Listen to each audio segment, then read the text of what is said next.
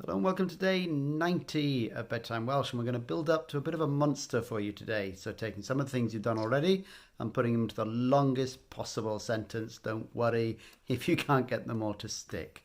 Okay, so first up, when are you going? When are you going?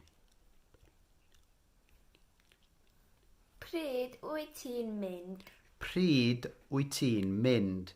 Okay, when are you going to understand?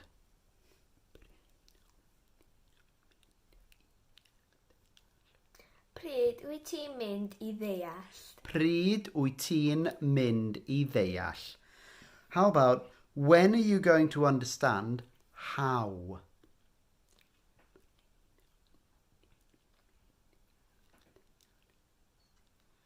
Pryd wyt ti'n mynd I ddeall sut? Pryd wyt ti'n mynd I ddeall sut?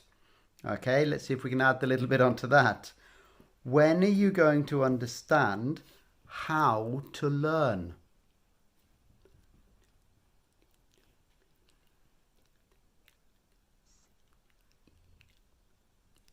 Pryd wyt ti'n mynd I ddeall sut I ddysgu? Pryd wyt ti'n mynd I ddeall sut I ddysgu? Okay, can we squeeze one more in? Can you do one more? How about, when are you going to understand how to learn more words?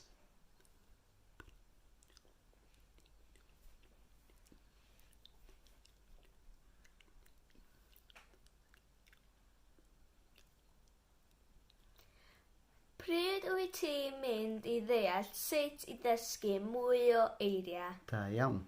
Pryd wyt ti'n mynd I ddeall sut I ddysgu mwy o eiriau? And anytime you can nail that particular monster, you can tell your mums or your dads, from me, you deserve a treat. So we'll try and have some more for you, probably a little bit less monstrous tomorrow. Until then, hwyl am y tro.